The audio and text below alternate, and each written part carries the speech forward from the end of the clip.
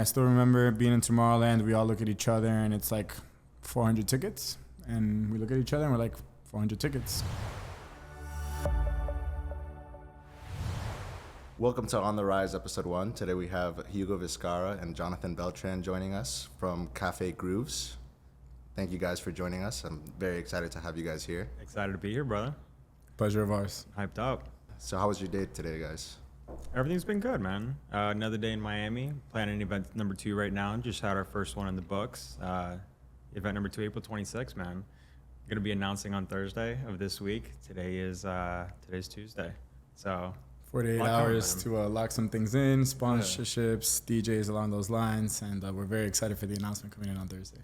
That's great. That's great. And I saw you guys posted a little teaser today, you know. And yeah, we like to do that. We don't like to give out too much information, but we like to tease that some things are going to be coming up. So that's kind of like the strategy that goes into on Café Grooves. We have like a playlist that we usually post on Spotify, kind of keep people busy, you know, in between events, give them a reason to kind of stick around, see what our sound is, what we're feeling that month. We usually start like our guest artists on there, so you might be able to, you know, pick up on a thing or two for who's coming up on the second event. So, you know, stay tuned on there, but big teaser coming up.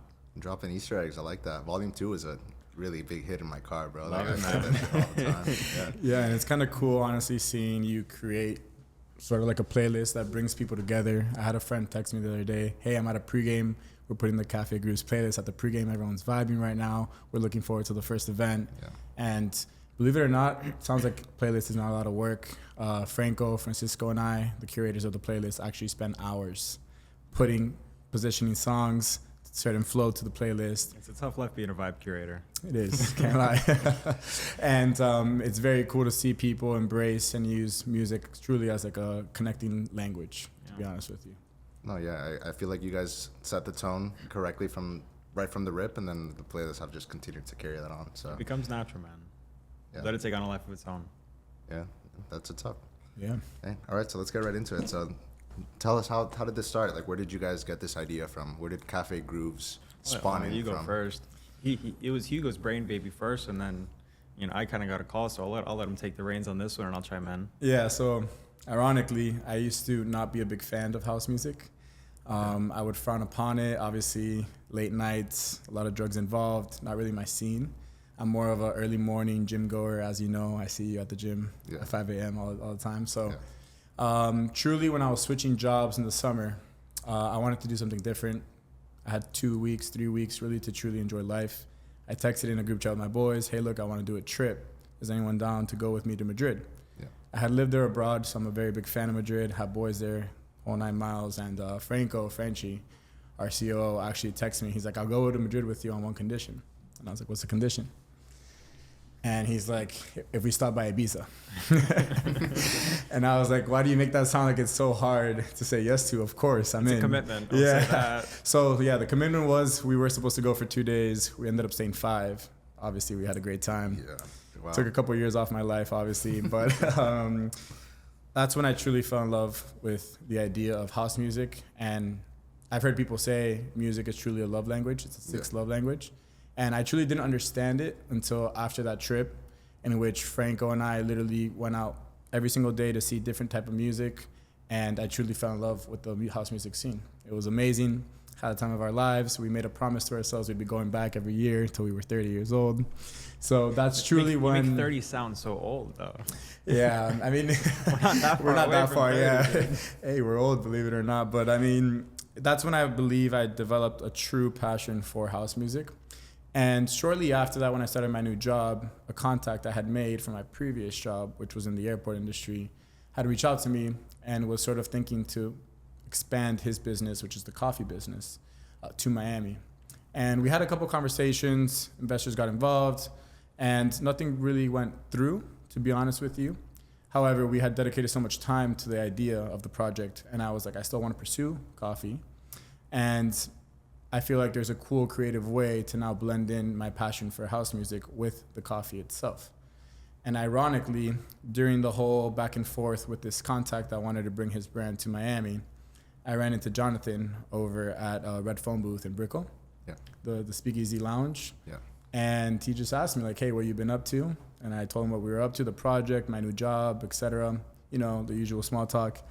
And I think he actually saw a future for this idea that I had planned. And we just started chit-chatting back and forth. He texted me randomly one night after we talked, hey, Hugo, like, I really believe in this idea. I'll help you guys for free. Like, I don't really need anything from this. I'll consult for you guys. I've ran the Milas in Miami Beach. I've directed the palm tree operations, huge clubs here in Miami, very well known. Yeah. I have a lot of experience, and I'll help you see a lot of loopholes that you guys aren't necessarily seeing just because of the nature of this is a very tough industry. I'm the annoying liability guy on the team. Everyone gets super excited about an idea, and I'm like, nope, can't do it. Literally, every time I see him typing, I'm like, man, what is he going to say now? What do we have to fix? But when I give the thumbs up, it's like, all right, full steam ahead, go for it. Yeah. So yeah, man, it's kind of where it left off, from what happened to an exciting conversation, just one night out, we were out with separate groups. I saw how passionate he was about this idea. One thing about Hugo, when he's passionate about something, you kind of just don't put it down because, he's going to take it to the highest extent it could possibly go. And then, I saw the opportunity to just, provide a really good friend of mine with some amazing insight, an industry that, he might not be able to see the full picture in. And, once I told him, I was like, hey, I'm down to come on this ride with you, let's do it. One thing led to another. We kept building and building, and I just, naturally became more ingrained in this operation, and became passionate about it. I feel like this is both our baby now. It really is. And I've come onto the team, as a full believer that the sky really is the limit for this, and to be able to do something that has such an emotional connection to like a city that we both grew up in, to be able to host events for such special people, expose people to amazing experiences like this, and have people walk in as strangers and leave. We were at the first event, and I walked by, and like these two people that had just met, I walked by 2 minutes later, and they're talking about boat day plans for tomorrow. So like those are the really cool things, being able to give people the opportunity to establish new relationships, connections, and cultivate a sense of positive emotion in people at your events. You create experiences, you create bonds. So that's hospitality. And I think also too, like the two products we have, they're very community oriented. Like house music is truly all about community. Coffee as well. You go to a coffee shop, it doesn't matter which one, on a random Saturday, Sunday morning, people are there talking about their coffee, socializing about their weekend plans. Yeah. So the fact that you could have two of those products and blend it into one is truly a community at that point. It's not even a product, it's just a community. And obviously, all these coffee parties are popping up now, as you see all over social media. I think what makes us truly unique is that we're not hosting these quote-unquote parties at coffee shops. We're actually hosting them at beautiful venues around Miami. So, for example, someone came up to me at the first event and was like, I didn't even know what Tomorrowland was. And this place is absolutely beautiful. You have the Alec Monopoly mural, you have the skyline of the city, literally dead smack in the middle, right next to space. And they had no idea about it. So I think what's really cool about our concept is, hey, we're gonna probably choose beautiful venues that you have no idea about, but they're absolutely beautiful, and you should probably start going even after our event to the actual venue. So you guys are gonna pick different venues pretty much for every event. And cool. I think that's a good pitch in its own. We're exposing people to different spots, different people, different areas. That's the beauty of really understanding the community, the social structure of Miami. We don't just want to do beat a dead horse to the same spot every single month. Right. Give people different experiences. While maintaining the overall culture of Cafe Grooves.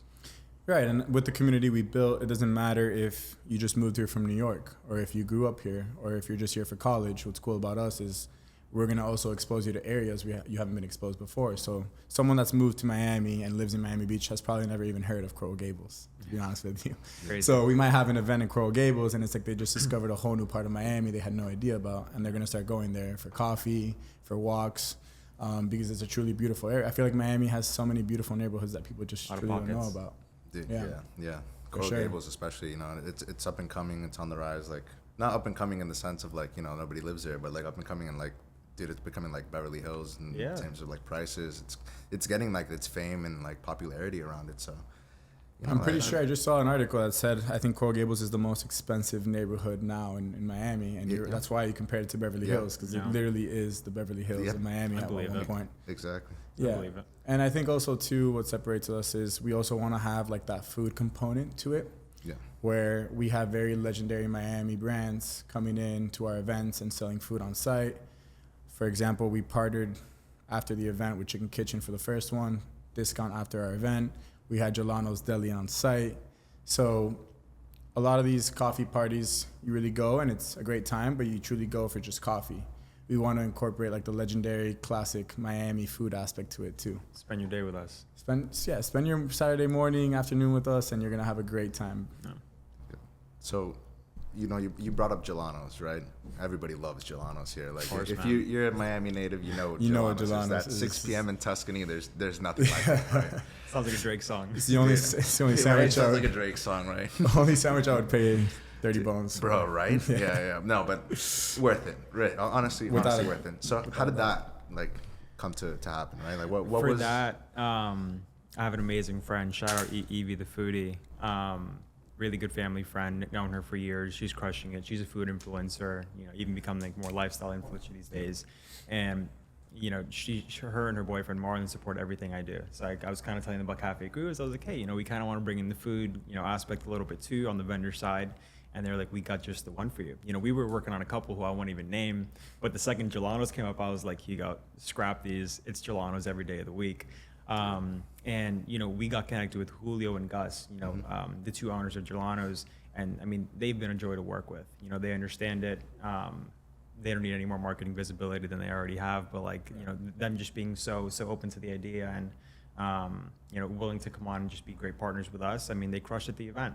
You know, everyone, the second you walk in is like, holy shit, Gelano's is here, dude. Like, all right, I'm getting my coffee, getting a sandwich. So, yeah. I mean, it's great. You know, we're really looking forward to working with them. They're the best. You know, they've really become a Miami staple. You know, you go on any Miami Instagram food page and it's Gelano's for sure. You know, that legendary red door. Yeah, you know, it's a door that everyone in Miami really knows. And shout out to Gelano's. I mean, you know, they're expanding pretty quickly too. 3 locations now. I think Brickell, Wynwood, the Gables, downtown Dayland. Yeah, I mean, they're crushing it. They're crushing it. So I know you guys are watching this, so we love you. And I think too, what's important about Gelano's is they're great people. I feel like when people reach that type of status, they let their mind kind of go loose in the sense of an ego situation.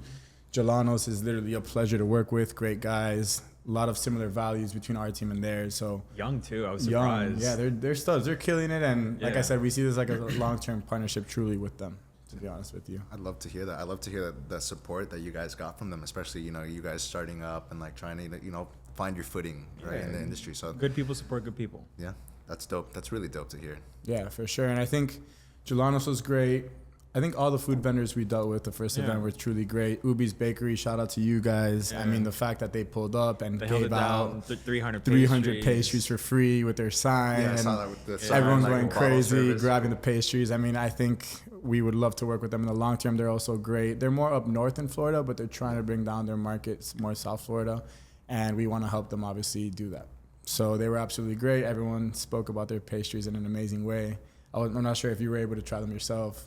I actually didn't. My girlfriend tried them and she loved them. She didn't even ask if you were hungry. She just she ate the whole thing. Yeah. She was like, she didn't even ask, hey, you want a piece? No, she just devoured it. Usually how it goes. Same thing with the coffee. Like I got a sip of hers to try the pistachio and that was it. It was gone after that. Don't tell me you didn't have a coffee the entire event. No, I did. I had the one sip. Remember? Okay. Yeah. I came up to you and I told you how good that was. Dude, that coffee was really good. Coffee was really good. That's another partnership. So you guys outsourced that coffee. Like, where did that coffee come from? It was So he's the coffee guy. I've been going to this gym for around 5 years, Paradise Gym. Yeah. Obviously, they have that little stand that everyone knows and loves, Brady J Café. Oh, yeah. Okay, yeah. No longer there, but they did a great job while they were. And essentially, I spoke to them. Mm-hmm. They have a great family story. Essentially, they have a coffee farm out in Nicaragua, and we've been sourcing our coffee from them. Okay. Very high-end specialty coffee, quote unquote. And essentially, I thought to myself, hey, look, I love coffee. I drink 5 a day. I know a lot about the industry, but I know nothing about the actual operation. So what I did was one Saturday, my mom's like, you need to go and find your barista. Yeah. So with my mom, we went to 21 different coffee shops. Not the same day. We split it out between 2. Insane. And I spoke to absolutely every barista I had the chance to. I went to the Libertino. I went to the Brewing Buddhas. I went to absolutely anything you could think of. And the one barista that truly called my attention was this kid named Luis. I say kid, but he's 28. He looks like a kid. He does look like a kid. Shout out, Luis. We love you. And we were there, and I really just went just to go. My mom's like, check it out. It's in Dayland. They're in Aventura. They must be doing something right. It's very hard to get into the malls. Yeah. So I go and this guy just starts yapping for minutes and minutes about coffee.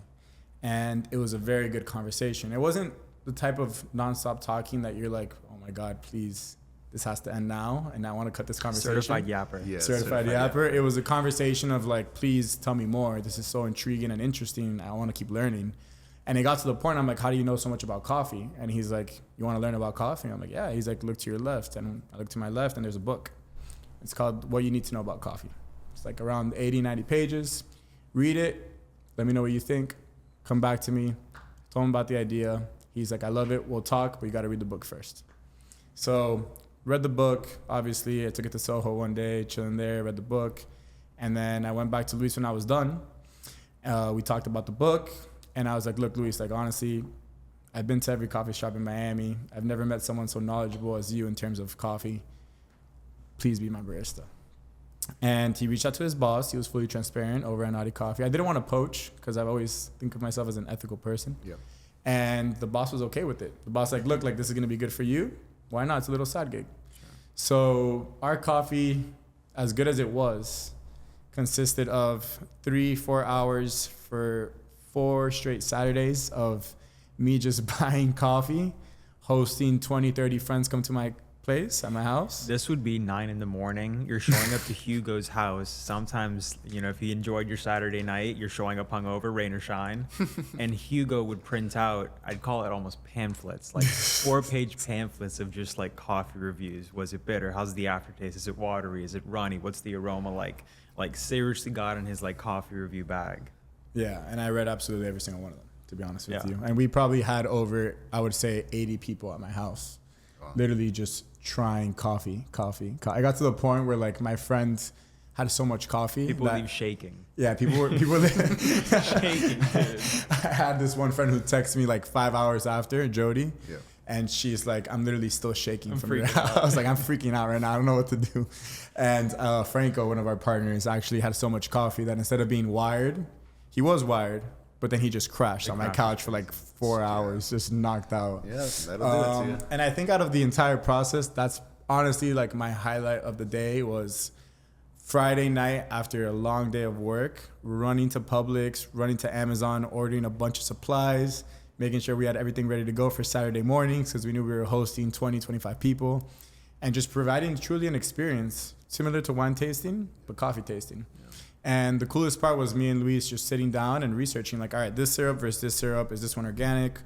Why does this one taste better? What type of chemical makes this one taste more like metally and you don't want that? So it was literally a combination of just me and Luis researching on the internet over what ingredient and why. And we wanted a simple menu. Our menu is right now 4 to 5 lattes. So we don't want to do anything crazy yet. We have a lot of creative ideas, but right now we're just maintaining it simple, ready to go. Obviously our events are around 400 to 600 people. So as much as we would like to do the cold foam and all that bougie stuff, right now we're keeping it simple.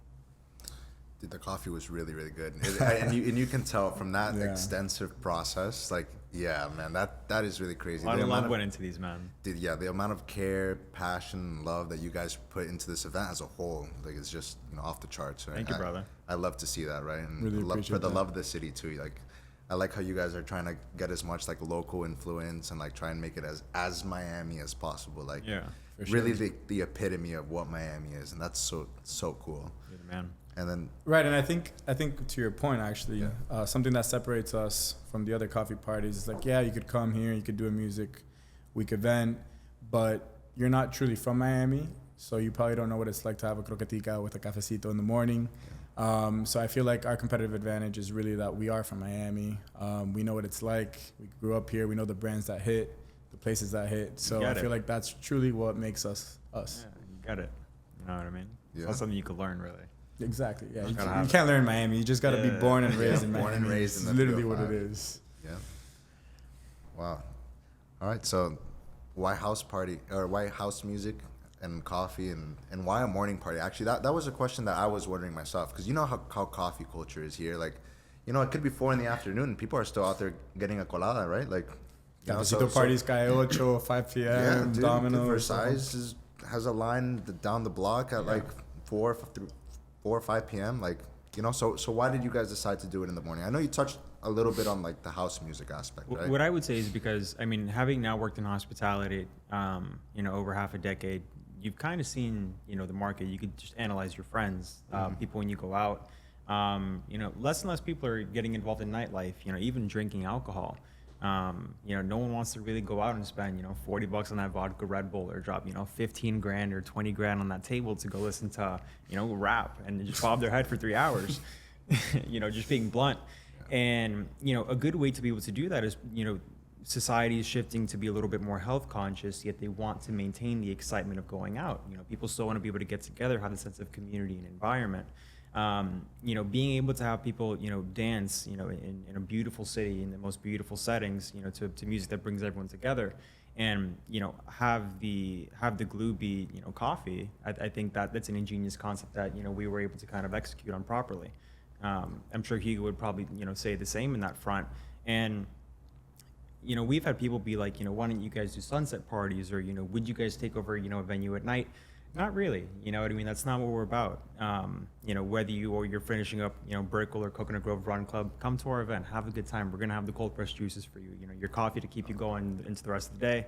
Whether we're your pregame for brunch, you know, to really go and enjoy the rest of your day, or you want to go on that boat after, or walking out of space. Yeah, or you're the absolute sicko who's walking out of space. We got a couple of those. Yeah, You'd be surprised. Or you're the sicko who's walking out of space at 10 in the morning, you know, with your shades on. You're like, dude, I'm not done. You know, let's keep it going. You know, like, we're able to cater to so many different target audiences, I would say, and, you know, being, you know, not being so niche, I would say, in the demographics that we approach, you know, is what really allows us to, you know, touch the masses and be, you know, exclusively inclusive at all of our events, and really have that tone of voice that we desire. Right. I love what you said about, you know, inclusively or exclusively inclusive. Yeah, absolute genius. I think that's the best way to put it. You know, right. I mean, we have a little piece for everyone, but by no means are we trying to cater to the masses. Yeah. You know, it's a little bit contradictory, but I mean, if you come to a Café Grooves event, you're gonna kind of get it. You know what I mean? Like, you're gonna see a lot of different crowds, a lot of different, you know, different looking people from so many different cultures. But everyone's there to drink coffee, you know, have a nice little Aperol spritz in the morning, just dance, you know. The coolest thing that I saw, our whole team saw, you know, midway through the event, you know, it's 1:30 in the afternoon, place is packed, we're doing 450 people, and like, I go to Hugo, I'm like, look around, like, there's no phones, no one's recording, no one's texting, no one's on the phone talking, it's just people dancing, mingling, getting to know each other. And that was the coolest thing, you know, it really is authentic relationships being built.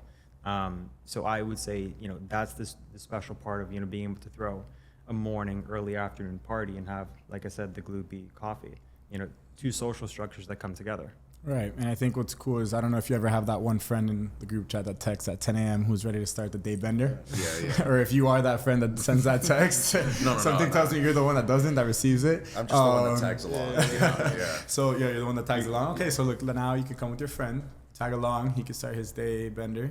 You have your cafecito, he blacks out, you go to the gym after, he ends up on the boat with a stranger, or just goes to the Grove to Regatta. And that's the beauty of it, like Jonathan said, is you guys can do your thing together. Yeah. You don't necessarily have to be like, oh, because you're drinking, I can no longer hang out with you. And I think what's also very cool about our team is, so Franco and I would say Beltran are more like the night owls. You guys love like the nightlife and the whole hospitality industry. Mm-hmm. JC and I are very morning oriented. We're up at 5, 6 in the morning people. So it's kind of like we do what Beltran and Franco love, which is like the partying aspect, but we do it with the time that JC and I like to be up, and Isa too. So I think like it's a nice counterbalance. Yeah, it's a nice counterbalance, and we kind of like you said, like balance each other out, and that's how the idea kind of came to life. Yeah, it was really cool. It was a really nice vibe that, you know, was at the event and stuff. Like, it's hard for me to put it into words, you know, and I experienced it firsthand, but like, was that vibe, like, how would you describe it, and was it what you guys were going for? Like, did it match the picture that you had in your head? I'm sure maybe not 100%, but, you know, was it around what you guys were aiming for? Because like you mentioned, you know, you really did look around the crowd and there was nobody on their phones. Like, you know, you had the occasional people recording the DJ and, you know, like the scenery, but then they just put the phone away. Yeah. It was actually kind of crazy to see, you know, like people weren't sitting around texting. And, you know, now that you put it out, like I can kind of like go in my memory and like look around and I'm like, wow, like, yeah, there was no people on their phone. Like, yeah, you know, if I had to say it, it's kind of like three things. It's like brunch, met the club, Met the Boat Party, all in one place. Like there's food, there's coffee, there's good drinks. Everyone's there to have a good time. You got your shades on. We're not going to dress code anyone. If you're not wearing your, your 6-inch, Louboutins and, your cold guy dress, you're not getting dress coded at the door. Come as you are, as Issa said it best. Wear your gym shoes, wear your sandals, come however, we're inclusive. And considering that we have so many different audiences, we understand, we want to be able to cater to everyone. Yeah. No, I think that no dress code thing was actually like pretty cool. Yeah. Like it didn't even feel out of place. Like, we actually posted something, and one of my friends sent me it and was like, so basically you could wear anything, because we literally put any type, athleisure, shorts, jeans, whatever you'd like, and they're like, so you could wear anything. And I'm like, yeah, that's the whole point. You literally come as if it were 10 a.m. on a random Saturday and you want to get some good coffee. It's like space dress code. You see some scary outfits in space though. Yeah, I don't know if I want to use that term, to be honest. Space dress code is a little out there. Yeah, it's a little out there. I think we are trying to stay away from the space dress code, to be honest with you. But again, won't discriminate. If you're at the door and you have the space dress code, you're more than welcome to come in. We love you. Yeah, exactly. And then to answer your question, is it what I envisioned? I would say it definitely was. Okay. Now, that doesn't mean that I was freaking out every day in terms of checking the weather, because that venue was so weather dependent. Yeah. When I tell you it was February 28th and I was checking the weather. We're like 6 weeks out, and he goes like, dude, it's going to be clear skies. 1 week after that, he's like, dude, it's going to be cloudy now. I'm like, you need to just relax, dude. Like, we're not going to know until 2 days before. You just got to own it. You know what I mean? And it's going to be what it is. And I saw that it was going to be perfect, 72 degrees out, sunny, light breeze. I sent him a text and I'm like, I can't jinx this anymore. We're going to be all right. Yeah, we're going to be all right. And I think that's the cool thing too, is like Miami, the weather is absolutely beautiful, I would say, from like November to April, May. So we want to take advantage of all the beautiful outdoor venues that there truly are, of course, during that time period. And then obviously during summer, we're going to take advantage of the ones that are outside but have sort of like the fans in the ceilings. So that's kind of like the game plan going forward, to be honest with you. Oh, that's what's up. Yeah. I really like that. Yeah. The venue being like weather dependent, like I know you had a lot of stressors that night before. You gotta risk it, man. I was gonna say, like, you gotta risk it. Was that like something that like kind of shied you away from like other venues? Because that one was like half and half, right? Like you had like half of it indoors with like the bar, and then you had the other half where like the DJ was like there a reason you picked that one specifically, especially for the first one? Like you guys did kind of take a big risk with how bipolar like Miami's weather is, and then especially planning so far ahead. Like Jonathan said, you weren't gonna know until 2 days before, right? Yeah, I think honestly it just came down to like we're risk takers. Like if you're playing it safe, you're never gonna have the event you really want. You're gonna have the event that you were able to have. It's two different things. Even like what we're doing for the second event, it's weather dependent again, and like we're gonna play that Russian roulette game. A lot of the times, and like you said, it's still a good enough time of the year to where we can take that chance. But as we hit June, July, August, we don't want people passing out at our events. We're going to use the indoor venues when we can. So we're being very strategic in what our scheduling of venue usage is. As far as Tomorrowland being the first one, I think honestly it just came down to like I said, taking that risk. But they were an amazing team to work with. They were very receptive to the idea, and they believed in it. We're so fortunate now to where like for our second event already, we're able to choose where we want to do the events. Tomorrowland, we're the first ones to really believe in us and be like, we know you guys, understand what you're doing. You've explained it well enough. Now execute. Not a lot of people would do that. So, big ups to Tomorrowland for sure. Yeah, it was one of those situations where, like, I don't know if you've ever gone to choose a puppy where you just know which one's the one. Yeah. It comes up to you. The puppy comes up to you. You don't even pick it. Same situation with Tomorrowland. We walked in there, and my buddy was texting me, Franco, one of our partners, hey, you have this venue for this first event. You got to come check it out. The second we walked in, we all look at each other and we're just like, this is it. Like we don't even need to check out another venue. People loved it. It's so centralized in downtown Miami. Like you said in the beginning of the episode, you have the skyline in the back, an Alec Monopoly mural, comfortable space, huge bar. So I couldn't have thought of a better, first place to do it, and everything worked out well. We'll push our luck as far as it takes us, I'd say, for venues. For sure. now. Cool. Any hints as to what the new venue is, or you guys want to reveal that with you? Just wait till Thursday, man. All right, cool. Just wait till Thursday. Oh, okay, all right. Can't give you all the tricks. April 3rd, all right, 3 p.m. You'll know. I'll give him a little bit. It was previously a very well-known venue in Miami. Is all I really have to say. Previously. Okay. Previously. All right. Now, I've heard you guys mention your team a little bit, right? You guys mentioned JC, you guys mentioned Franco. So tell me a little bit more about your team. Like, what does the team consist of? So now I know it's more than just you guys, right? JC is our numbers wizard. I'm in hospitality. I'm not the math guy. I never liked finance. So JC, when it comes to, doing the more, I guess, mundane work on the figures, that's him. Kid's literally a mental computer. He's the man. Never out with him when he's running the books. Franco, how to describe Franco? Franco is our lovely COO. Honestly, a brilliant mind, a very exciting individual. He's the heartbeat of the team. Always the guy that no matter how stressed out everyone may get, he's making the first joke. He's always there to make the first joke. Whether it be a tasteful moment or not. You're gonna laugh. He's gonna get a smile out of you. You're gonna tell him shut up. You really do. Like we could be so mad and frustrated, and Franco will say the absolute most out of pocket comment to make all of us just die of laughter. And but he's amazing. He's worked in entertainment a little bit. Absolute brain when it comes to working in more in the A&R space. He does our talent booking, sources the talent, has a lot of say in what venues we're using as well. So sound equipment, liquor sponsorships. We place full trust in him when it comes to the operations of the operation. And Isa, Isa is our marketing mastermind. She's a brilliant girl, runs several pages. Always just knows, what's going to move the needle for people when it comes to, social footprint. And she's done an amazing job. Anything you see from a content perspective on any of our pages, our outreach, our influencers, the perks that people get at our events, like that's all Isa. So, honestly, not enough kind things to say about our team. We might be the ones in the podcast, but Hugo and I, there's no way we could do this just us. For sure. So it not to be cliche. It's really taken a village, and we're only at the start, but we have an amazing team that does nothing but support us, and not a single doubt for these guys. Yeah, and I think back to your point about Isa. Isa's the mom of the group, absolutely necessary because boys will be boys, or guys will be guys, and we're stupid at the end of the day. We like to mess around. We get kind of distracted. Isa will keep us in check. Yeah. So like Beltran said, there's a little bit something like a spark about all of us that truly makes the unity of Cafe Grooves. All right, awesome. So we're coming near the end here. So I just kind of, we pretty much covered everything. There was one thing that I really wanted to talk to you guys, right? About the initial success, right, that you guys had. The event sold out right from the beginning. How did that feel for you guys?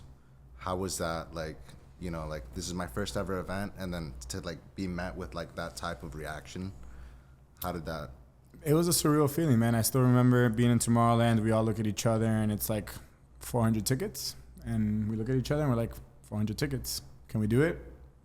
And we never looked back. It was a matter of literally texting people I hadn't talked to in years about this cool concept, posting it on your story, reaching out to influencers, the whole 9 miles marketing-wise, and we were able to do it. It was a great accomplishment. And the fact that you have 450 plus people that truly believe in your idea just motivates you to make sure that everything from start to end is absolutely perfect to your control. So it was a surreal feeling, to be honest with you. We got a lot of support. Obviously, our team was overwhelmed with support, and it was honestly a blessing. I would say we're very blessed, is the way I would put it. That's great. Congratulations to you guys both, honestly, and to your entire team, because you guys planned a really great event, and I'm really looking forward to the next event.